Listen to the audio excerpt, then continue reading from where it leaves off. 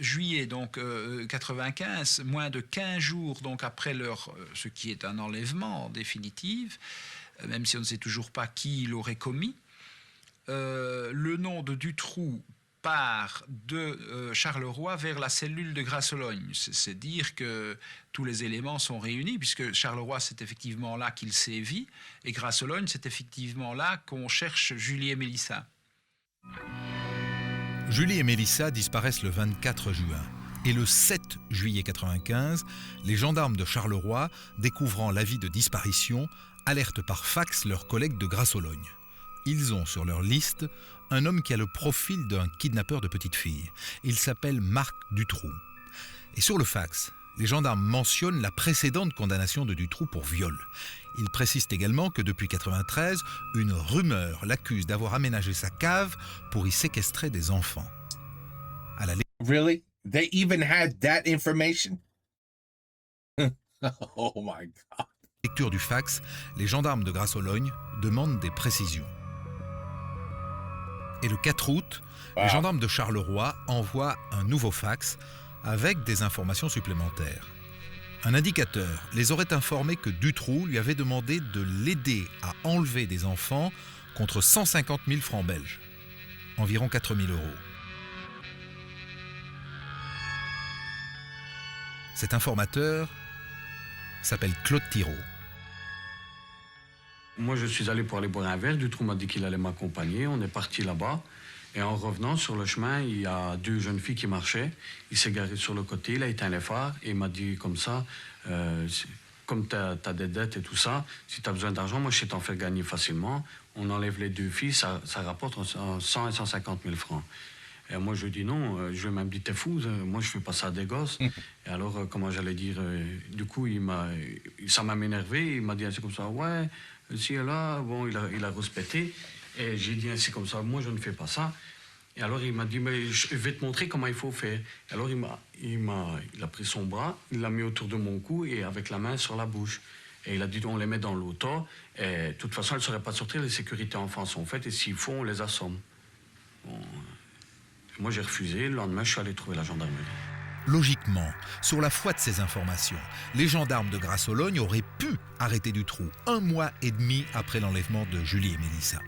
Eh bien non, ils gardent le secret. J'essaye, moi, de me mettre à la place de ces enquêteurs, je sais plusieurs fois. Donc ils ont des informations claires. Dutroux est vraiment le suspect le plus important. C'est la seule chose de tangible qu'ils ont. On sait que ce gars a des antécédents.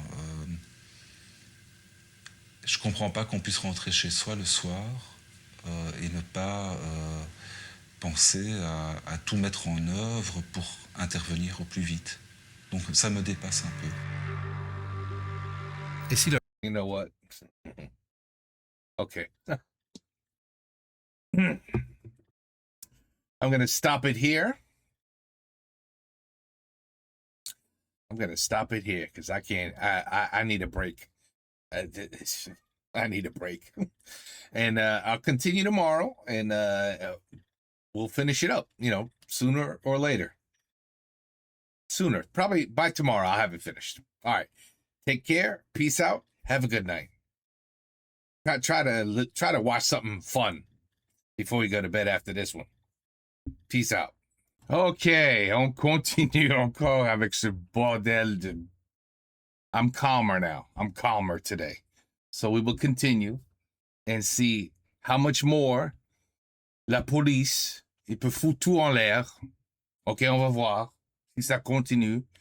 Or, if they actually start getting smarter and start realizing that their investigations and police work is pretty horrible. It's disgusting. And don't worry, we got the same problem here. We got people that throw people into the subways. They push them right in the subways. They think it's fun. And then when they get arrested, they have like 18 prior arrests. Like 18. Why are you in public? Why are you allowed to breathe air in public with law-abiding citizens? Why are you in there with them with 18 prior arrests? Why are you walking around in New York City free? Tu vois? C'est la même merde ici. Mais... Bon, anyway, let's go. Let's see. La gendarmerie ne fait rien, c'est qu'elle a besoin Wow. d'un gros coup. I have to make this Nous louder. sommes dans un contexte non seulement de guerre des polices, mais de projet de refonte Oh. des polices en Belgique. Et donc la gendarmerie a On sait que ce gars, What happened? Did I just do that? What the hell just happened?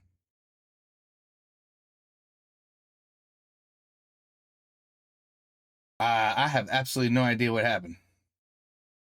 We watched this. We were here. Oh, we went backwards? besoin d'un grand succès, veut un grand succès. Et quelque part, retrouver Dutroux au nez à la barbe des pégistes de Liège, ça pourrait apporter vraiment, comment dirais-je, beaucoup d'eau au moulin de l'état-major de la gendarmerie. Voilà pourquoi les gendarmes décident de faire cavalier seuls, de ne rien dire aux policiers ni aux juges d'instruction et de ne pas arrêter Dutroux pour ne pas attirer l'attention. les gendarmes ont eu des informations à Charleroi, plutôt que de les donner de manière So this is their way of sneaking up on Mark? explicite à la juge d'instruction pour obtenir des mandats de perquisition, par exemple, pour aller voir chez Dutroux ce qui se passait. Ils ont décidé de mener leur enquête de leur côté. C'est que les gendarmes vont travailler entre eux. Et à partir, tout de suite, dès l'enlèvement de Julie et Mélissa, ils vont monter une opération qu'ils ont appelée d'un nom code Othello, une opération parallèle. Donc ils vont délocaliser l'enquête, qui ne sera plus menée à Liège, mais bien à Charleroi, par des gendarmes qui travaillent en interne, sans la couverture donc d'un juge d'instruction, mais n'étant pas couverts par un juge d'instruction, ils se privent aussi des moyens d'agir. Ils ne peuvent pas perquisitionner, ils ne peuvent pas, comment dirais-je, faire des écoutes téléphoniques, saisir des lettres et s'emparer de personnes pour les interpeller et les priver de liberté. L'incroyable, l'hallucinante, la stupéfiante opération secrète des gendarmes, baptisée Othello, débute le 25 août, 2 mois après la disparition de Julie et Mélissa.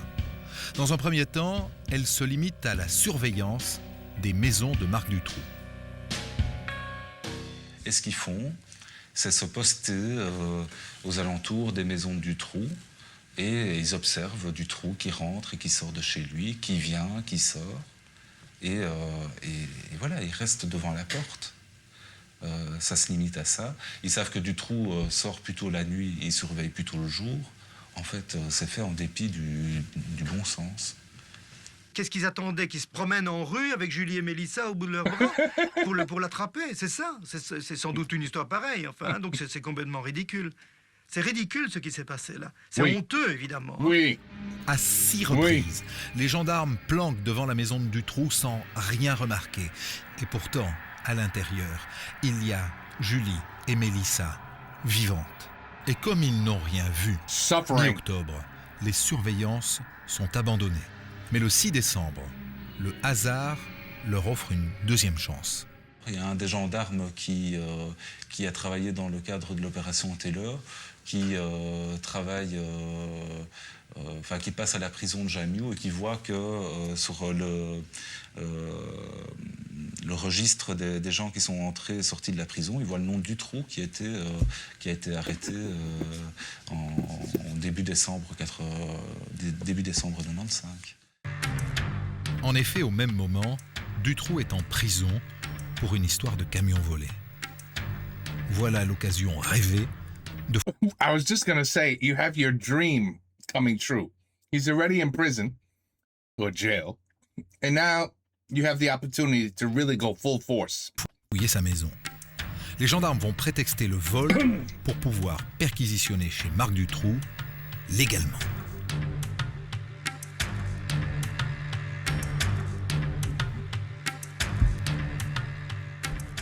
Donc, si vous voulez, ils détournent un mandat de perquisition de son véritable but. Ils utilisent un mandat de perquisition qui a été fait parce qu'on veut, soi-disant, aller chercher chez Dutroux les preuves du vol du camion, mais en fait, on y va là pour essayer de voir si on ne retrouverait pas une trace du passage des petites filles, ou les petites filles elles-mêmes, qui sait.